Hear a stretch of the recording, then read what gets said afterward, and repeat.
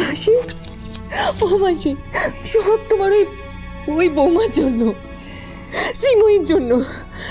তুমি তুমি বুঝতে পারছো তো মাসি? হ্যাঁ, বুঝতে পারছো তো?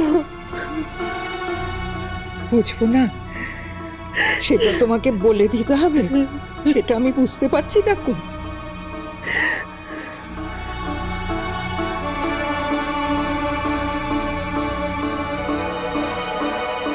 বুঝলি অঙ্কিতা, একটা বিশাল অ্যামাউন্টের টাকা কিন্তু খরচ হয়ে যাবে। মানে কে বলেছিল বলো তো? আমি তো বারবার বারণ করেছিলাম এই হসপিটালে আনার কোনো প্রয়োজন নেই। এত হাইফাই হসপিটাল কোনো মানে হয় বলো তো? যে এনেছে সে বুঝবে, সেই টাকা জোগাড় করবে।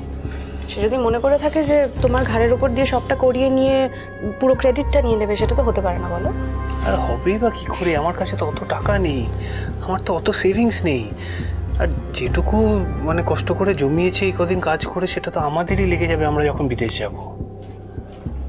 দেখো, আমার বাপিকে বললে বাপি টাকাটা দিয়ে দিতে পারে, বাট আমি কি করে বাপিকে বলবো? শ্বশুর বাড়ির ব্যাপারে বাপিকে কখনো বলা যায় বলো তো? না না Ankita, don't even think about it. দেখো, তোমার পাপাকে তো আমাদেরও দরকার, তাই না? Don't take it otherwise. দেখো, আমরা যখন পরে মানে বিদেশে গিয়ে আমাদের যদি টাকা পয়সার দরকার হয়, তখন যদি তোমার পাপা আমাদের পাশে থাকেন, তাহলে তো আমাদের লাইফটা একটু বেটার হবে, তাই না? আর তাছাড়া আমার বাবার ট্রিটমেন্টের জন্য তোমার বাবা টাকা দেবে না, না এটা আমি এক্সপেক্ট করতে পারি না। তাহলে টাকাটা দেবে কে বলো তো? মানে সবাই তো মুখে বড় বড় কথা বলছে, বাট সকলেরই তো অবস্থা ভাড়ে মা ভবানী। আমি কি জানি? আমি তো আর বলিনি এই হসপিটালে নিয়ে আসতে। আমি আমার শেয়ারটা দিয়ে দেবো, এই 10-20 হাজার টাকা আর কি। তারপর বাকিটা ওরা বুঝে নেবে। এটাই ঠিক বলছো। ওই 20,000 দিয়ে দেবো, তারপরে যা করার করবে। এসে আমাদের জমানো টাকা থেকে 20,000 টাকা কমে যাবে ভাবো। সেটাই তো। অ্যাকচুয়ালি জুন আন্টির কি স্টেটাস না সেটাও তো বুঝতে পারছি না। না মানে চাকরি বাকরি তো নেই, কিন্তু সেভিংস আদৌ আছে কি না সেটাও তো জানি না। অফকোর্স সেভিংস আছে। এত বছর চাকরি করেছো, সেভিংস নিয়ে এটা কখনো হতে পারে নাকি? শোনো, একটা কাজ করি, এখনই না ব্যাপারটা গিয়ে ক্লিয়ার করে দিই। চলো চলো।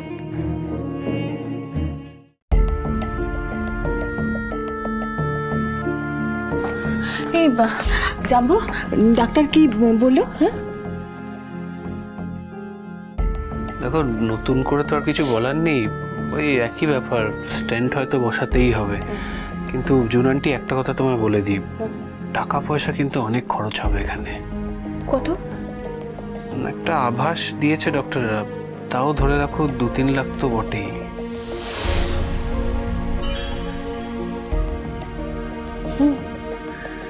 সেটা তো অনেক, কিন্তু জাম্বো, উনি তো তোমার বাবা। হ্যাঁ, তোমার তো একটু রেসপন্সিবিলিটি নিতেই হবে, তাই না? হ্যাঁ, জুনান্টি, এত টাকা আমরা কোথায় পাবো বলো তো? আমাদের নতুন চাকরি, আমরা সবে জয়েন করেছি, এত টাকা আমরা কোথা থেকে খরচা করব? ও হ্যাঁ, মানে আমারও তো একটা ফাইন্যান্সিয়াল ক্রাইসিস চলছে। আমার তো এই মুহূর্তে চাকরি নেই, আমার তো সেই ভরসা নেই আগের মতো। আর যেটুকু ফিক্সড ডিপোজিট আছে সেটা তো বুকানের জন্য।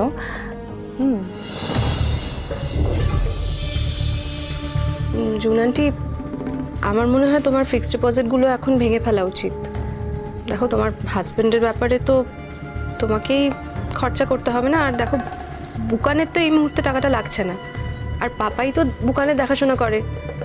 পাপার ব্যাপারে যদি তুমি খরচা না করো, তাহলে আর কে করবে বলো?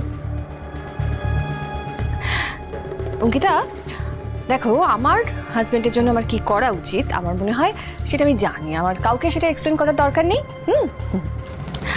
আমি ইনফ্যাক্ট জাম্বোকে বলছি, দেখো, তুমি তো বড় ছেলে, তোমার তো তোমার পাপার প্রতি কিছু রেসপন্সিবিলিটি আছে যেগুলো তোমার পালন করা উচিত। বলি, আমার ছেলেটা বিনা চিকিৎসায় শেষ হয়ে যাবে। আর তোকেই বলে যাবো, এই সময়ে বাবার চিকিৎসা নিয়ে আর দাম কষাকষি করিস না। তোদের কাছে যা আছে খরচা কর বাবা। তোর বাবা তো চাকরিটা ফিরে পেয়েছে, তোদের সব টাকা শোধ করে দেবে, সব টাকা শোধ করে দেবে। আচ্ছা ঠামি, তুমি আমায় বলছো কেন? না মানে দাদু ভাই তো এখানেই বসে আছে। আগে তো দাদু ভাই বড় গলায় অনেক কিছু বলেছিল না, যে আমার ছেলের চিকিৎসার জন্য যত টাকা লাগবে সব আমি দেব। তো দাদু ভাই এখন চুপ করে বসে আছে কেন, সেটা জিজ্ঞেস করো না।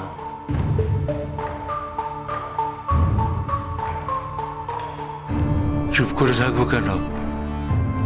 তোমাদের মনুষ্যত্বটা দেখছি। আমি তো একটা রিটায়ার্ড পার্সন, আমার হাতে আর কত টাকা আছে? আমার এই ছেলেটার অপারেশনে অন্তত 3-4 লাখ টাকা তো লেগেই যাবে। এসব দিয়ে দিলে আমার হাতে আর কি থাকবে? তবু আমার ছেলের জন্য আমি এটা দিয়ে দেবো। আমার ছেলে তো, আর তুমি, তোমাকে এত বড় করলো, তুমি ডাক্তার হলে,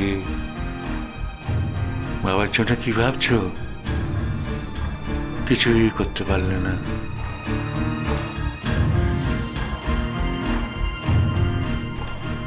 এই তোমার মনুষ্যত্ব, সেসব কথাই ভাবছি। দাদু ভাই, এটা মনুষ্যত্বের প্রশ্ন নয়, এটা খুব সিম্পলি টাকা থাকা আর না থাকার প্রশ্ন। আর আমার তো সব থেকে আশ্চর্য লাগছে, তোমরা এক্সপেক্ট করছো কি করে যে আমি পাপার ট্রিটমেন্টের পুরো টাকাটা দেবো? হ্যাঁ, না মানে আমি তো সবে রোজগার করা শুরু করেছি, আমার থেকে এই এক্সপেকটেশনটা রাখো কি করে তোমরা? কেন রে দাদা ভাই, খুব তো বড় লোক শাশুড়িকে নিয়ে ফুটানি করিস, 5 স্টার হোটেলে ব্রেকফাস্ট ডিনার করতে যাস। যে ছেলে 5 স্টার হোটেলে ব্রেকফাস্ট কিংবা ডিনার করে, তার নিজের বাবা কি বিনা চিকিৎসায় মারা যায়? তুমি যে এত বড় বড় কথা বলছো ডিঙ্কা, তুমি তো এত বড় একটা দামড়া ছেলে, তোমার কন্ট্রিবিউশনটা কি? আমার কি কন্ট্রিবিউশন আছে কি নেই সেটা সময় মতো ঠিক বুঝিয়ে দেবো। আমি তোমাদের কন্ট্রিবিউশনের বহরটা দেখছিলাম।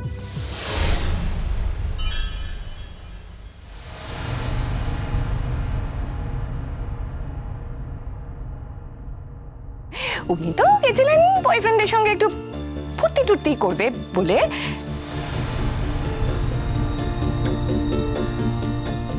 তুমি কিসের জন্য গেছিলে? Here. Mind your language.